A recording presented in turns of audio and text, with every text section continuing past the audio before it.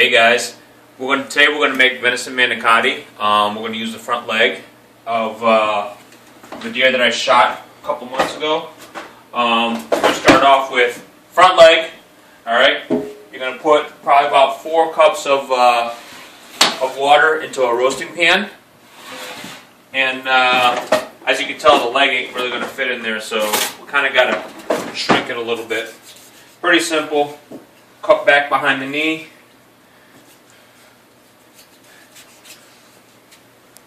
And you gotta break it. This isn't the greatest, but it works. It's a strong knee. Sometimes you gotta cut the front, swing it at the joint. You'll be able to see it better.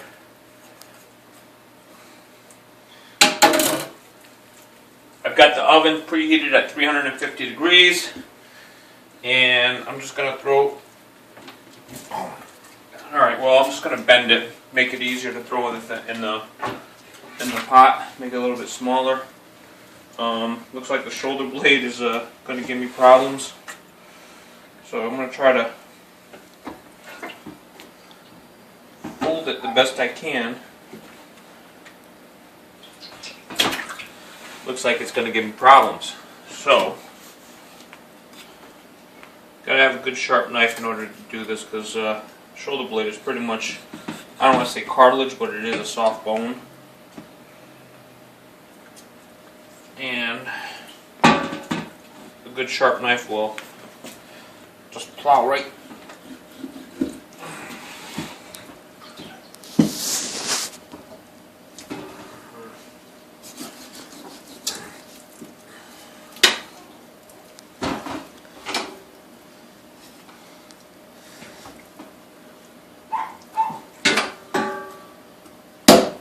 No, that's not going to work either. Alright, well, we're just going to throw it in there. Like I said, we got to salt and pepper it as well. Oh, wait a second, here we go. There we go. I folded it completely.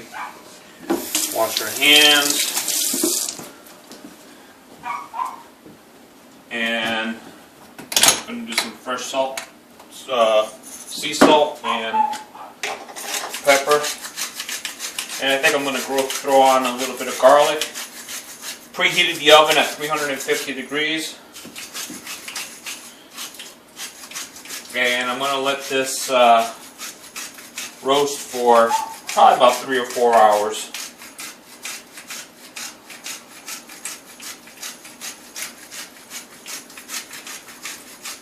Front leg, a lot of people like to just grind it into Hamburg. I know some guys freaking, when they shoot a deer, they just blow out the shoulders and pretty much destroy all the meat. I try to be very careful when I shoot my animal to only catch it in the ribs and to try to avoid the shoulders or the front legs, because there's a lot of good meat in this that in the past I've used for shredded barbecue, kind of like pulled pork, like pulled venison. Here's my oven. And it's got a lot of good meat in it.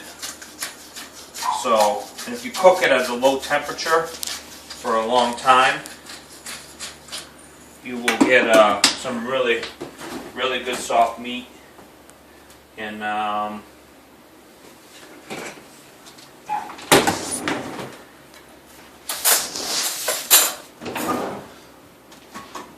you get some good soft meat, and you're not wasting your animal that you took its own life.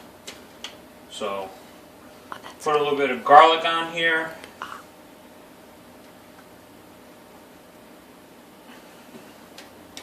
You want to come and take a look at this? Come on over here and take a look at this. Your mouths start watering.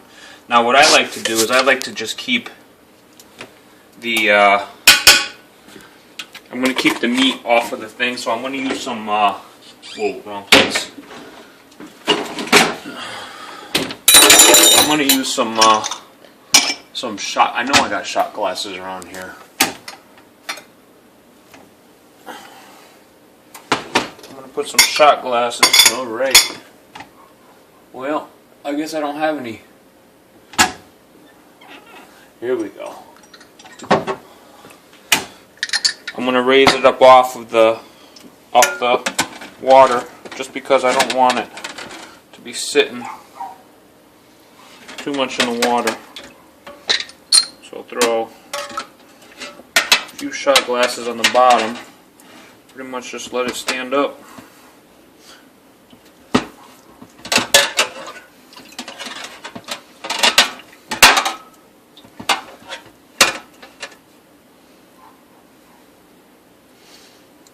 Alright, there it is. Like I said, I put it out of the water, and that should be it. I'm going to leave that in the oven for, I don't know, 3, maybe 4 hours, and then we'll come back.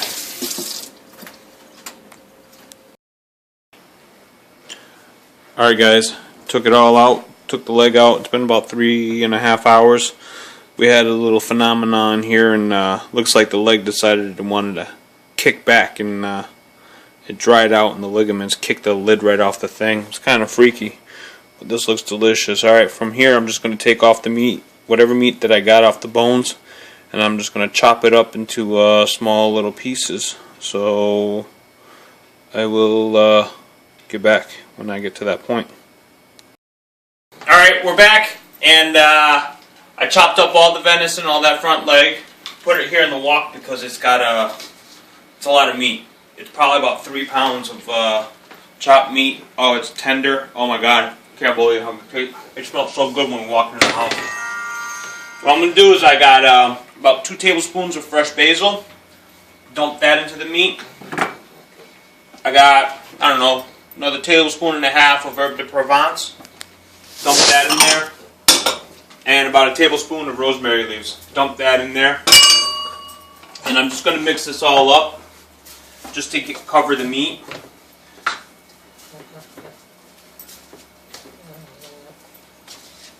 Just to get it on the meat, mix it into the meat a little bit. From here, I'm just going to dump into a bowl some of this into there. And then I got, I don't know, what do I got? About 32. I got about 64 ounces of ricotta cheese. In this case, we're using reduced fat just because it's a healthy choice. I'm going to start off by dumping half the container to see what kind of consistency I have. I want to get it kind of runny so it'll go through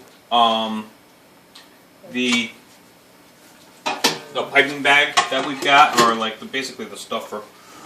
I'm going to put it on low. I got the dough hook on the machine. I don't know if that's going to be good. And I'm just going to start slowly throwing in the ricotta.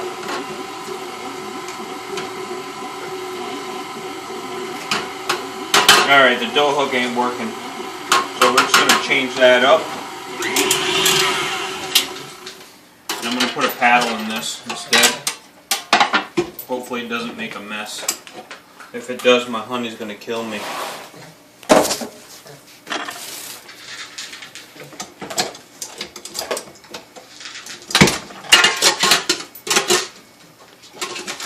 So let's try this. Oh yeah, the paddle's much better. So I'm going to continue dumping this entire container into the mix.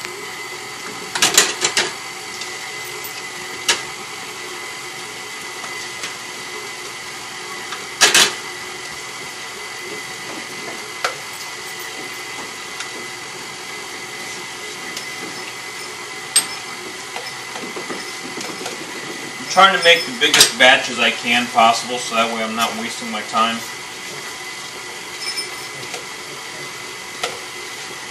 Alright, got it in. Let me pour in some more meat.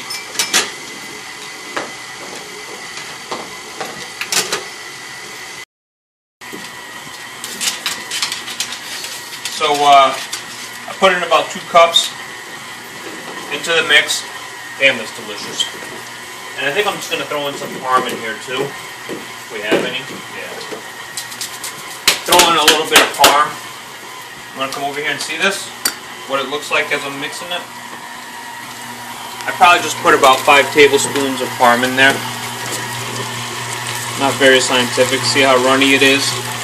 That should go through the piping bag or whatever I can find nice and easily. Alright, that's done mixing. Alright, so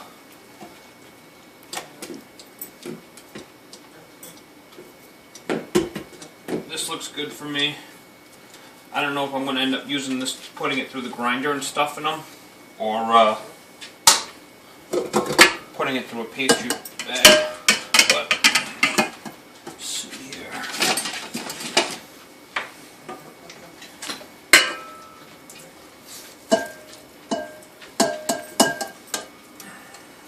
Oh yeah, that looks yummy.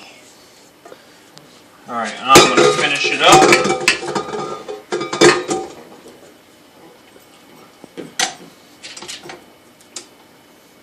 Finish up the rest of this meat. And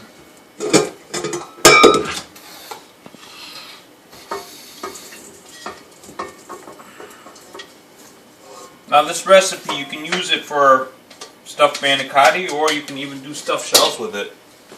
What's the difference, right?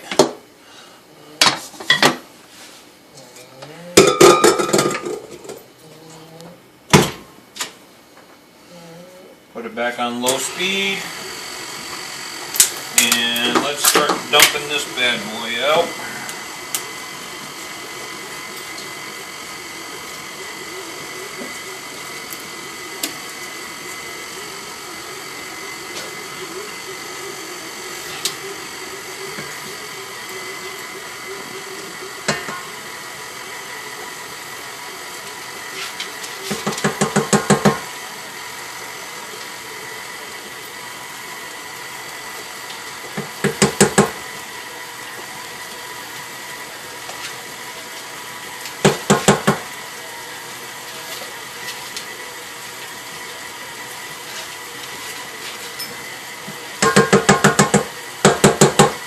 There goes the ricotta.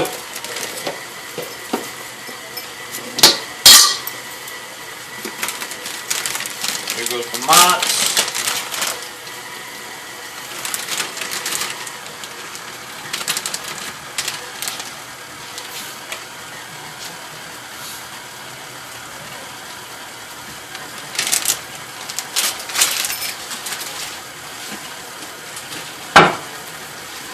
And here goes the parm.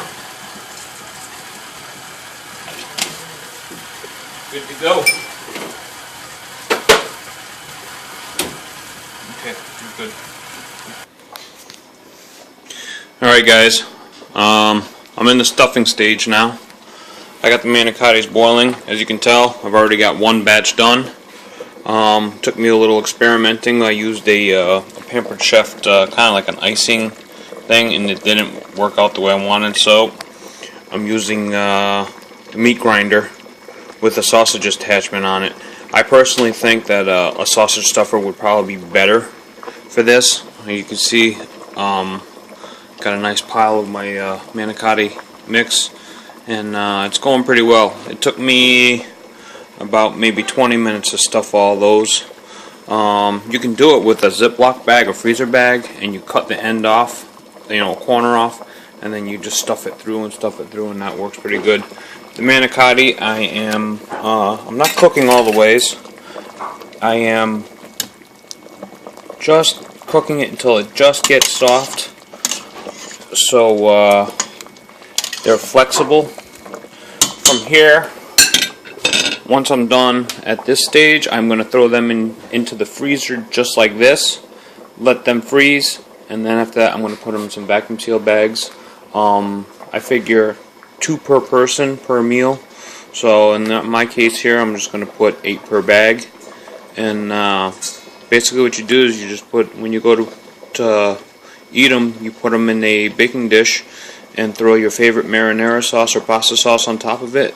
Bake it in the oven for approximately 15-20 minutes at about 400 degrees, and just 5 minutes before they're done, throw some mozzarella on top of them, put it back in the oven, let the mozzarella melt and crisp up a little bit, and you got yourself a manicotti meal.